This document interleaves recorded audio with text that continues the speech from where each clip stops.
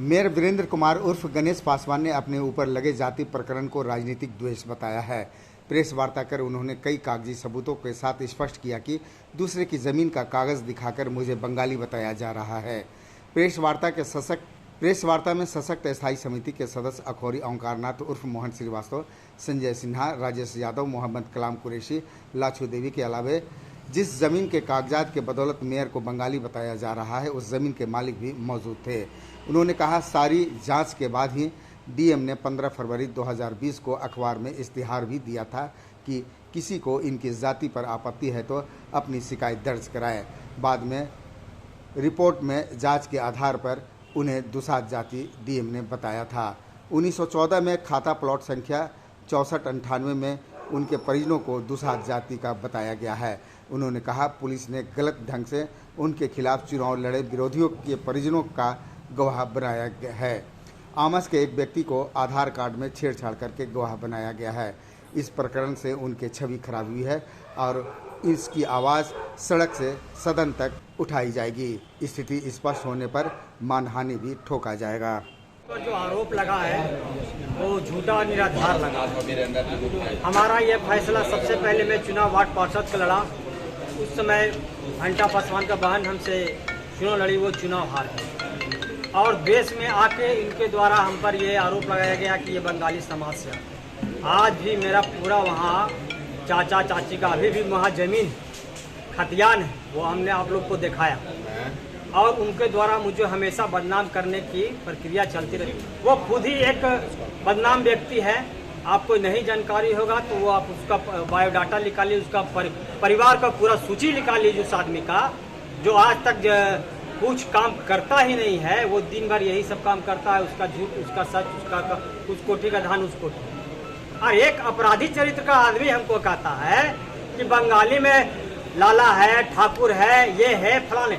वो खुद अपना ही झाँक करके देखे ना, वो क्या, वो खुद ही एफिडेविट में करके दिया है कि ये मेरा पत्नी नहीं है और पत्नी शो कर रहे हैं। वो शहर में एक अपराधी चरित्र का छवि के आदमी हमको बदनाम करने के लिए, शहर का प्रथम नागरिक को बदनाम करने के लिए वो ऐसा द्वेष की भावना कर रहे हैं। लेकिन मैं इनको आगाह करना चाहता हूं, जो वो कर रहे हैं, मुझको जो प्रताड़ित कर रहे हैं, वो अच्छी बात नहीं है। उनके द्वारा जो प्रताड़िता करे जा रही है वो खुद अपने घर में जाके के देखे आपकी स्थिति क्या है, आपका शहर में छवि क्या है। एक अपराधी चरित्र का आदमी है और इससे बढ़िया नहीं है। शहर जानता है कि आपका छवि क्या है। आज तक पूरे शहर को मालूम है कि आप एक स्कैंडल है, बहुत तरह की उनके पर बात है। वो दिन भर यही काम करता है, अलबलाने।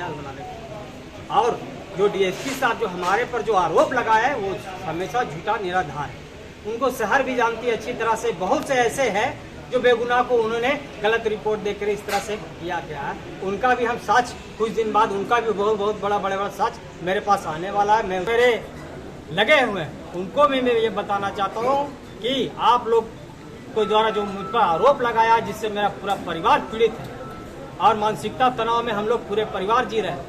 इस तरह की आरोप जो मुझ पर लगाया है वो झूठा और निराधार है। 18 को दिन को आने वाला फैसला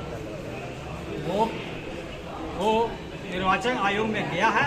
मैं अपना साक्ष्य वहाँ रखूंगा। साक्ष्य आप लोग ने देखा है, गलत सही आप लोग ने देखा। वो मेरे जो रिपोर्ट यहाँ के हुए हैं, मैं उन पर भी मानहानि का केस करूँगा, क्योंकि मैं एक मुझसे पहले भी हार्ट अटैक का बीमार हुआ। इस तरह से मानवता तनाव में हम हैं। हमको कभी भी कुछ होता है, कुछ होगा तो मैं उस व्यक्ति को जो हमको मानसिकता प्रदान कर रहे हैं, मैं उस पर एफआईआर करूंगा। पूर्व विधायक माननीय श्यामदेव पासवान जी के द्वारा गया नगर निगम के माननीय महापौर वीरेंद्र कुमार गणेश पासवान जी के बारे में भिन्न तरह का आरोप लगाया गया। पहले तो यह मामला विचाराधीन था, तो ये सब बात करना नहीं चाहिए। चूँकि उन्होंने ऐसा बात यहाँ पर लाया और लोगों में भ्रम और ये दुष्प्रचार किया, इसलिए सच्चाई सामने बताना आम लोगों को, आम लोग से चुन करके सम्मानित जनता से मेयर का चुनाव होता है। 2010 में ये चुनाव जब लड़े थे तो घंटा पासवान जो साथ में उसमें प्रेस कॉन्फ्रेंस में बैठे हुए थे, उनकी बहन चुनाव हार गई थी इनके द्वारा। जब हारने के बाद ये दोबारा से मेयर बन गए। इस बीच में घंटा पासवान ने कई जगह केस मुकदमा और परिवाद दायर किया राष्ट्रीय मानवाधिकार आयोग से लेकर के राष्ट्रीय महादलित आयोग तक, जिसमें यही एसपी साहब का कार्यालय और डीएसपी साहब का कार्यालय से दो बार इनको दुसाध पासवान जाति घोषित किया जा चुका है। जब ये मेयर बन गए तो हारे हुए उम्मीदवार जो राकेश कुमार उर्फ किशोर पासवान जी थे, उन्होंने राज्य निर्वाचन आयोग में मुकदमा जाके परिवाद दायर किया और विभाग में दायर किया, नगर विकास विभाग में। जब वहाँ ये दायर होने के बाद आदेश आया जिला पदाधिकारी, तत्कालीन जिला पदाधिकारी गया को कि मामले का सुनवाई करें और सुन करके वस्तु स्थिति से अवगत कराएं और आवश्यक कार्रवाई करें।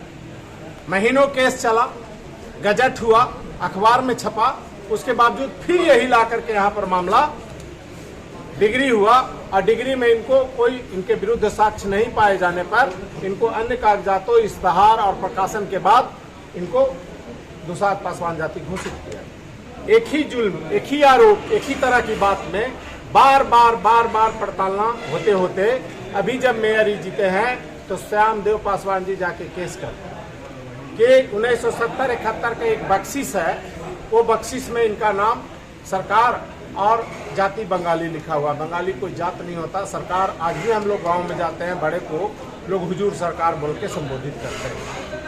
और वो अंग्रेज के जमाना, वो घड़ी जमाना था और उस समय जो है काफी हिंदी में लिखा पढ़ी होता था। गरीब दलित उघड़ी आज भी बहुत कागज भुला जाता है, बक्सा पेटी उतना मजबूत स्ट्रॉन्ग नहीं होता, इस कारण से अब ये बात के बतंगड़ बना के वही कागज पत्र पर फिर ले आए और वहां पर जो संशय की स्थिति उत्पन्न हुई, काश स्क्रूटनी कमेटी में चला गया।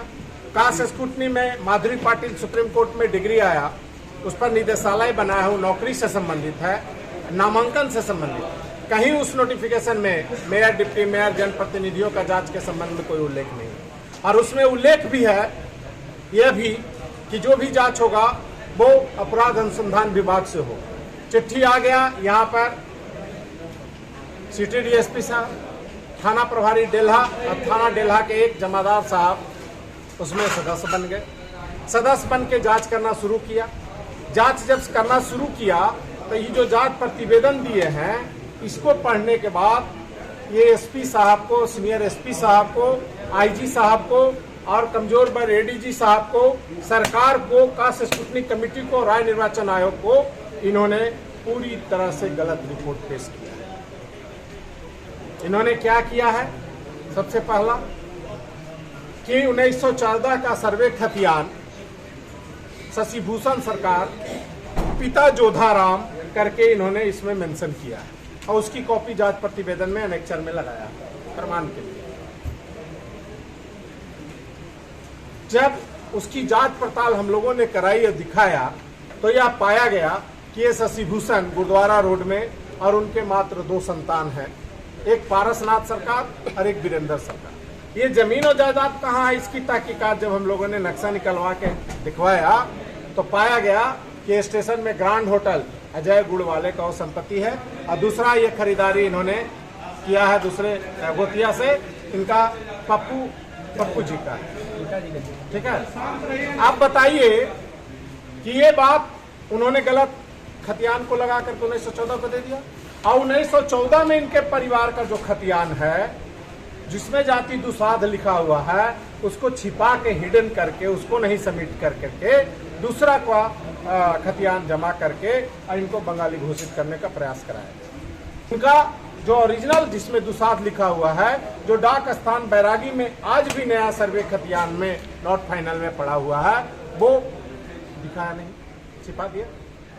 एक दूसरा को उन्होंने वीडियो, फोटो और मामला भी ले गए हैं।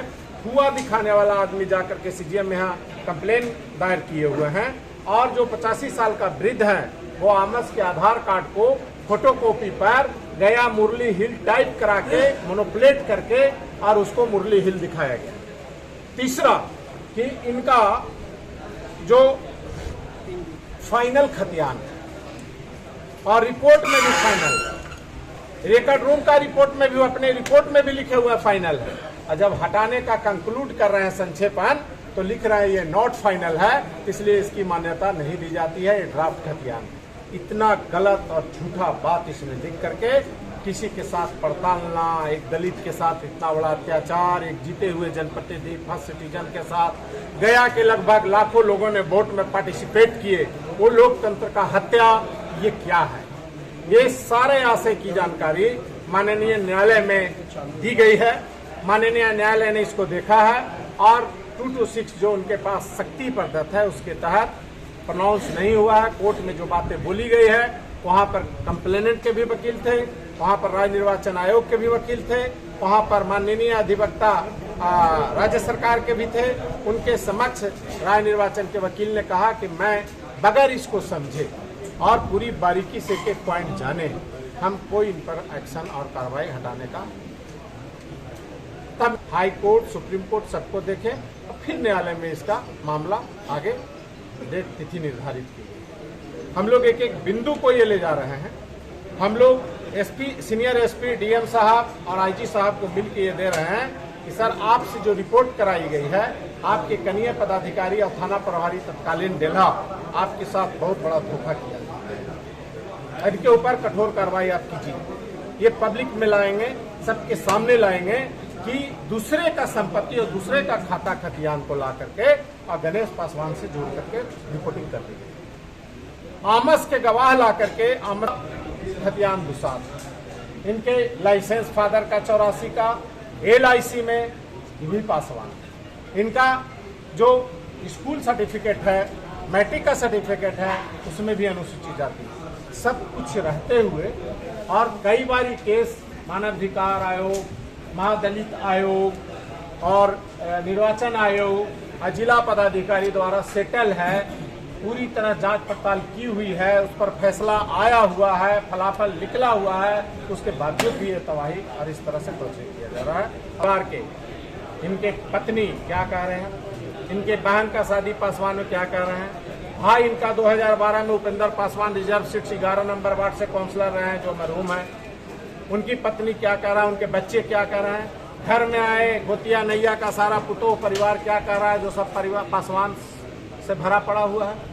ये कंफ्यूजन, इस तरह की झूठी बातें और इस तरह का अखबार में लाना और इस तरह से पड़तालना आदमी को हार्ट अटैक करा सकता है, हत्या करा सकता है, आत्महत्या करा सकता है, गलानी करा सकता है, पद प्रतिष्ठा को समाप्त कर सकता है।